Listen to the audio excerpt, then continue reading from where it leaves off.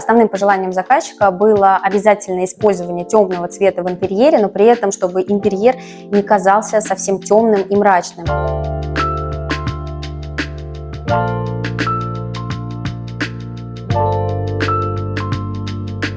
Мы видим темную, брутальную мужскую кухню. Остров, за которым мы можем приготовить еду, выдвижные ящики для хранения. Специально предусмотрели встроенные розетки. Заказчик очень любит природные элементы, соответственно, поэтому здесь появились светильники в виде луны, появилась в зоне телевизора скала, и также природный элемент – это огонь. И вот представь, насколько классно вечером лежать на диване, в руках у тебя может быть бокал с водой с лимоном, камин, ты лежишь под луной, даже под 3, скалы, подсветка, ты смотришь свой любимый фильм или сериал. Представь, как классно.